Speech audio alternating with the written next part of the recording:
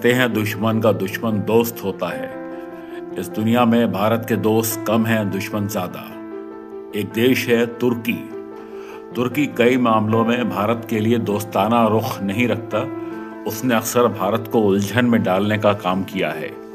हम सब उसके भारत विरोधी रुख से वाकिफ हैं। तुर्की देश के अपने पड़ोसी मुल्क साइप्रस के साथ रिश्ते दोस्ताना नहीं हैं और ऐसे में साइप्रस को भारत का साथ मिला है।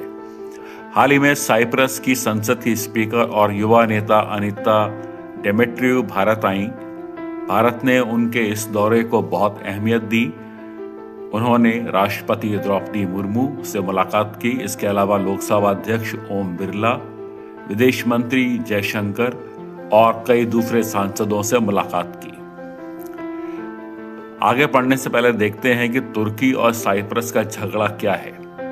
दरअसल ये सिर्फ दो मुल्कों के बीच का झगड़ा नहीं है, ये एक ऐसी पुरानी टेंशन का हिस्सा है जिसमें लोगों की आइडेंटिटी यानी अस्मिता, सिक्योरिटी, फैमिली रिश्ते और जमीन का मसला बहुत गहराई से जुड़ा है।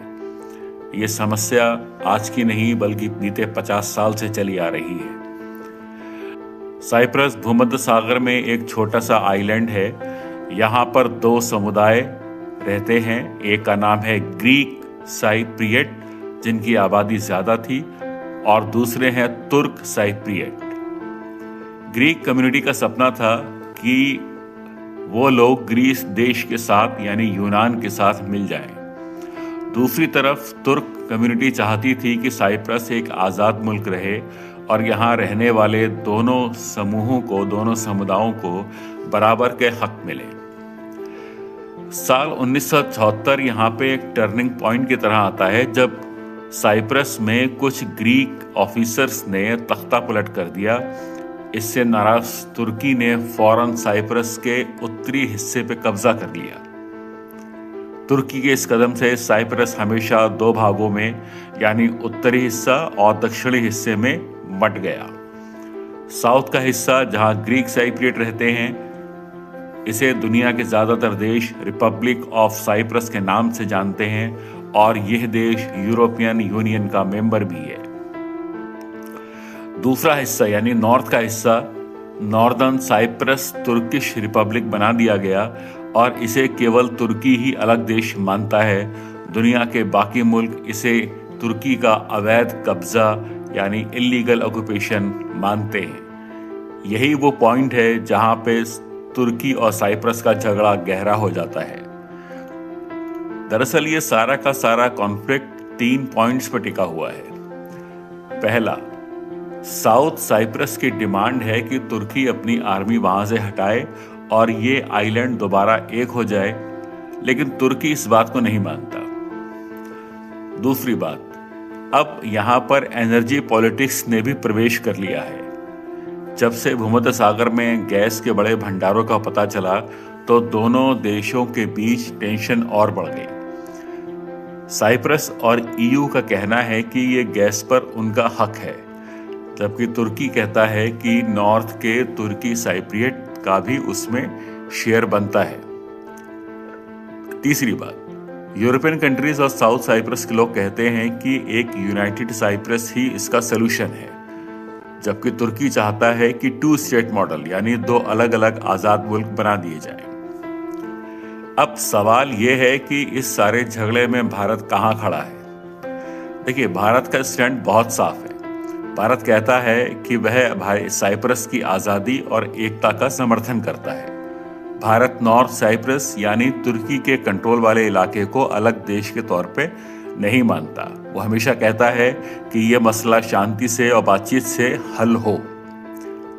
लेकिन अब समझिए इंटरनेशनल पॉलिटिक्स, ये वो बात है जो खुलकर कहीं नहीं जाती लेकिन एक्शन में दिखती है। पहली बात, भारत तुर्की को अपना भरोसेमंद दोस्त नहीं मानता। क्यों नहीं मानता? तुर्की ने कश्मीर के मसले पर पाकिस्तान का खुलेआम सपोर्ट किया है। तुर्की यूएन में भी कई बार भारत के खिलाफ बोला है, इसलिए भारत तुर्की को एक चुनौती की तरह दिखता है।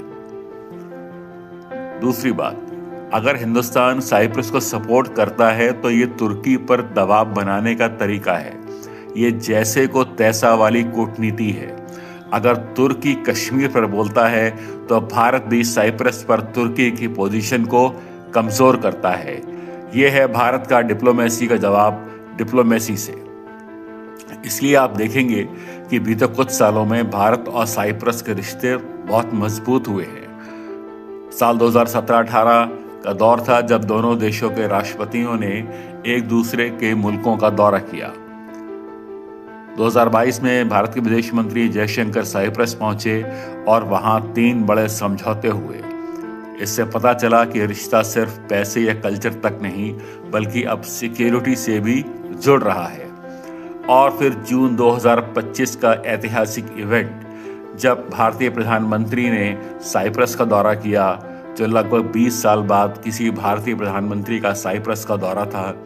इस दौरे की सबसे बड़ी बात यह थी कि साइप्रस ने प्रधानमंत्री मोदी को अपने देश का सबसे बड़ा नागरिक सम्मान the Grand Cross of the Order of Makarios III दिया।